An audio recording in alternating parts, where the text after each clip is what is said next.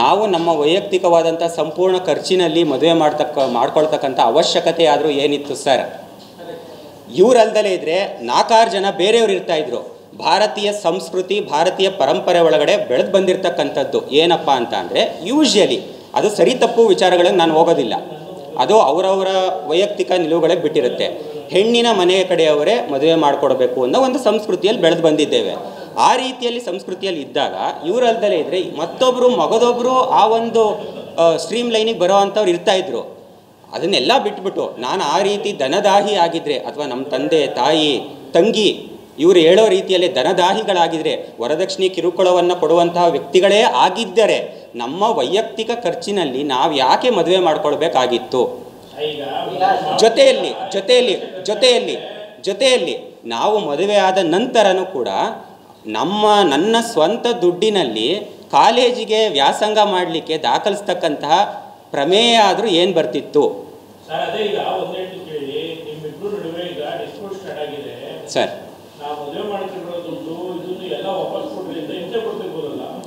Okay, ಅದನ್ನು ಅವ್ರು ಹೇಳಿದಾರಾ ಅಥವಾ ತಮ್ಮ ಪ್ರಶ್ನೆನಾ ಸರ್? ಅದನ್ನು ಸರ್ ಓಕೆ, ಲೈಕ್ ರೇಪ್ ಪ್ರಶ್ನೆಗೆ ಉತ್ತರ ಕೊಡ್ಲಿಕ್ಕೆ ನಾನು ಅಷ್ಟು ಬಯಸೋದಿಲ್ಲ ಸರ್. ರೇಪ್ ಪ್ರಶ್ನೆಗಳಿಗಿಂತ ಸ್ಪೆಸಿಫಿಕ್ ಆದಂಥ ಪ್ರಶ್ನೆಗಳು ಅಲ್ಲಿಂದ ಏನಾದರೂ ಬಂದಿದ್ದಾಗ ನಾನು ಅದು ಪ್ರತಿಕ್ರಿಯೆ ನೀಡಲಿಕ್ಕೆ ಇಷ್ಟಪಡ್ತೀನಿ ಹೊರತು ರೇಪ್ ಪದಗಳಿಗೆ, ರೇಪ್ ಪ್ರಶ್ನೆಗಳಿಗೆ ನಾನು ಉತ್ತರ ಕೊಡ್ಲಿಕ್ಕೆ ಸರ್ ಹೇಳಿ ಸರ್. ಇವಾಗ ತಾವು ಯೋಚನೆ ಮಾಡಿ, ಅವರ ಸ್ಟೇಟ್ಮೆಂಟ್ಸನ್ನೇ ತಾವು ಅಥವಾ ನನ್ನ ಸ್ನೇಹಿತರುಗಳಾಗಿರ್ಬೋದು ಅಥವಾ ತಮ್ಮ ಮಾಧ್ಯಮದಲ್ಲಿ ಬಿತ್ತರವಾದಂಥ ವರದಿಗಳಲ್ಲಿ ಕಮೆಂಟ್ ಸೆಕ್ಷನ್ಗಳಲ್ಲಿ ತಾವು ಅಬ್ಸರ್ವ್ ಮಾಡಿದರೆ ಜನಗಳೇ ಒಂದು ಕಾಮನ್ ಸೆನ್ಸಿಕಲ್ ಪ್ರಶ್ನೆಯನ್ನು ಕೇಳ್ತಾ ಇದ್ದಾರೆ ಸರ್.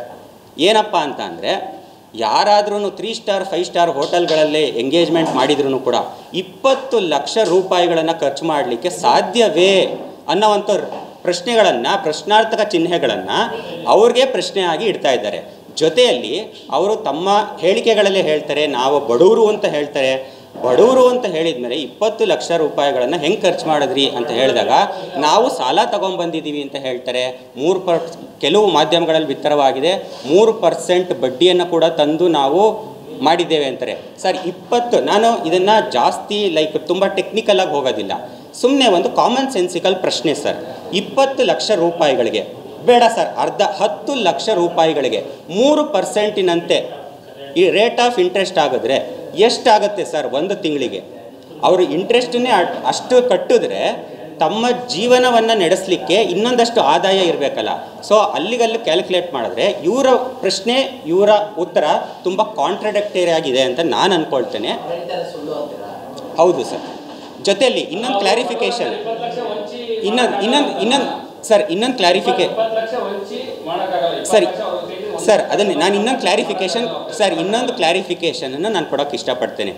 ಅವರು ಹೇಳಿರೋ ಪ್ರಕಾರ ಎಂಗೇಜ್ಮೆಂಟಿಗೆ 20 ಲಕ್ಷ ಖರ್ಚು ಮಾಡಿದ್ದೀವಿ ಅಂತ. ಎಂಗೇಜ್ಮೆಂಟು ದಿನಾಂಕ 30 ಜೂನ್ ಜುಲೈ ಅನಿಸುತ್ತೆ ಸರ್, 30 2024ರಂದು ಅಕ್ಕಮಹಾದೇವಿ ಸಮಾಜದಲ್ಲಿ ನಡೆಯುತ್ತೆ. ಅಕ್ಕಮಹಾದೇವಿ ಸಮಾಜದ ಆ ಒಂದು ಪಾರ್ಟಿ ಹಾಲಿನ ಬಿಲ್ಲನ್ನು ನಮ್ಮ ತಂದೆಯವರು ತಮ್ಮ ದುಡ್ಡಿಂದ ಬರೆಸಿರ್ತಾರೆ.